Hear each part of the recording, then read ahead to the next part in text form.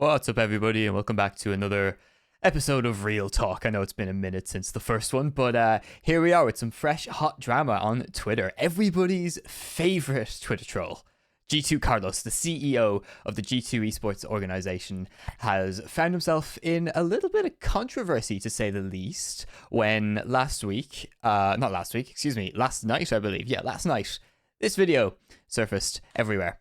And it is a video of G2 Carlos. See him there for a second, partying with the infamous Andrew Tate, probably one of the people the internet hate the most at the moment. So, you know, that is what it is. It could have been avoided. All this drama could have been avoided. He could have just made a tweet saying that, you know, he feels regret for this, that the organization doesn't represent the values of the people he hangs out. But no, he opted for this.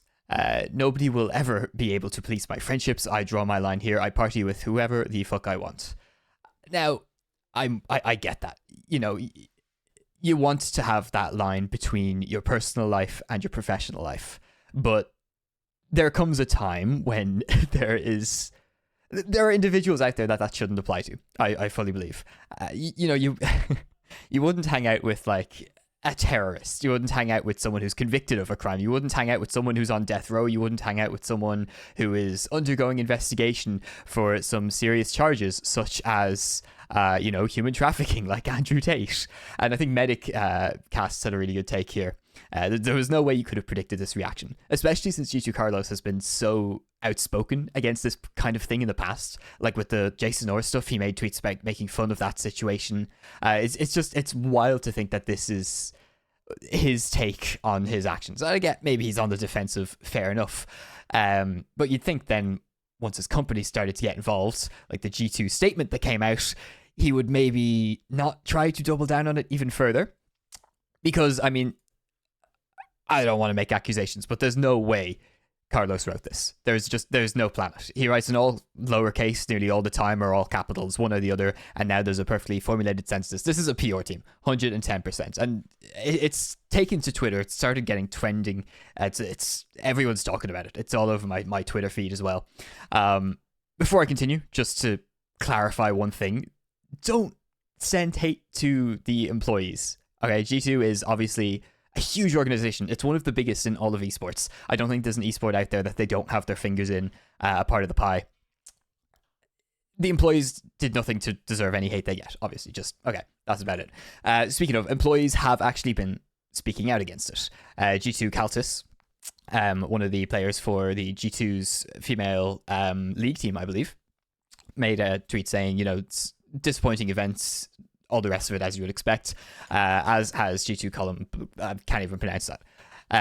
Again, another league, G2 partnered player. Just making fun of the situation, trying to make light of a really, really shitty situation, to be honest with you. The G2 merch guy.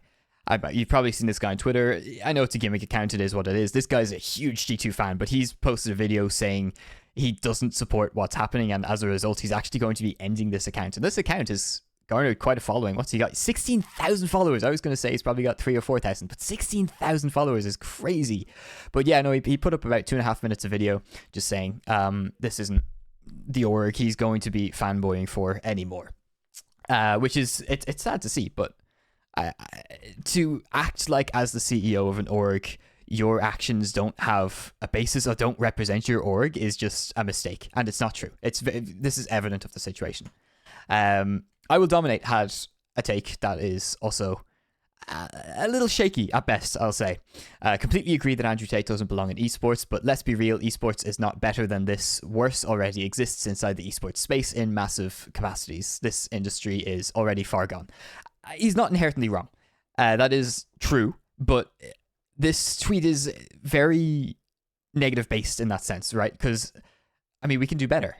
That's the goal of this.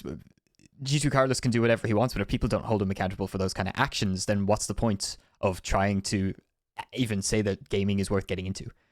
I mean, if we're not trying to foster a community that is inherently good and accepting, like, to be honest, a lot of esports titles are doing a very good job of, like Valorant with all their attention towards the female scene with Game Changers. I recently just took part in the Athena series at VCL, and that was a huge success. Lots of top tier teams playing in it. we can do better, and we should do better.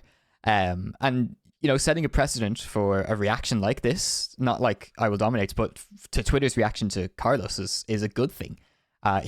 It's a bad thing he did.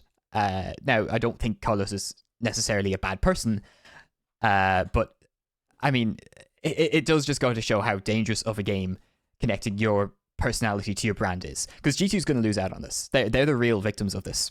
Obviously, women as well. Not to gloss over that. Andrew Tate is a known misogynist. That's just a fact. That's not an opinion. And the fact is that he is under investigation by Romanian authorities for trafficking. Like, I mean, come on. Spend your time a little better. And to say something like, G2 Carlos was hanging out with friends or whatever, like he seemed to be saying, I don't believe that's the case. I would be amazed if anyone at that event with Andrew Tate and his brother was actually a friend of theirs and not just some attempt at networking or trying to reach socially into new pockets of the internet space. That's just the way it is. That's what those kind of events are. And I mean, G2 Carlos, he hasn't been an outspoken fan of Andrew Tate before. Hasn't, I don't believe, criticized his actions before. Maybe he has on the down low. It's hard to say for sure without doing a full trawl of his Twitter history. But either way, Carlos put out this statement, as I mentioned earlier, make no mistake, my life was full of learnings, and I had my fair share of situations I got into in the past. I failed to read this room right, feel terrible about the discussions it created, and will stand up and accept the consequences in full. I don't think he is, because if we go to his profile and we hit likes, we give a little bit of a scroll. Carlos giving himself an 8-week vacation after ruining the org's image. Yeah, it doesn't look too upset about it. G2, yeah, that's a funny meme. I'll give that a like. That's a bit funny. Tuck and L, debatable. Go away with that. We don't have that. Where is Carlos? Where the fuck is Carlos? Misogynist. He doesn't seem to be sorry for his actions. You look at all of his tweets. Based ex-CEO for 8 weeks. Go take a vacation, champ. He's not sorry. I mean, I'm sorry, that is not a hot take. He is not sorry. There's absolutely no way. Never apologize to the mob. Like, this is probably minutes before the statement went out. He's liking these kind of tweets. I mean, come on. But yeah, I mean, that's about it. That's all I have to say on the matter. Do better, esports. You can, you should. And I'm going to speak out on it, as should you too. But yeah, that's about it for this one. Thanks for watching, and I'll see you in the next one.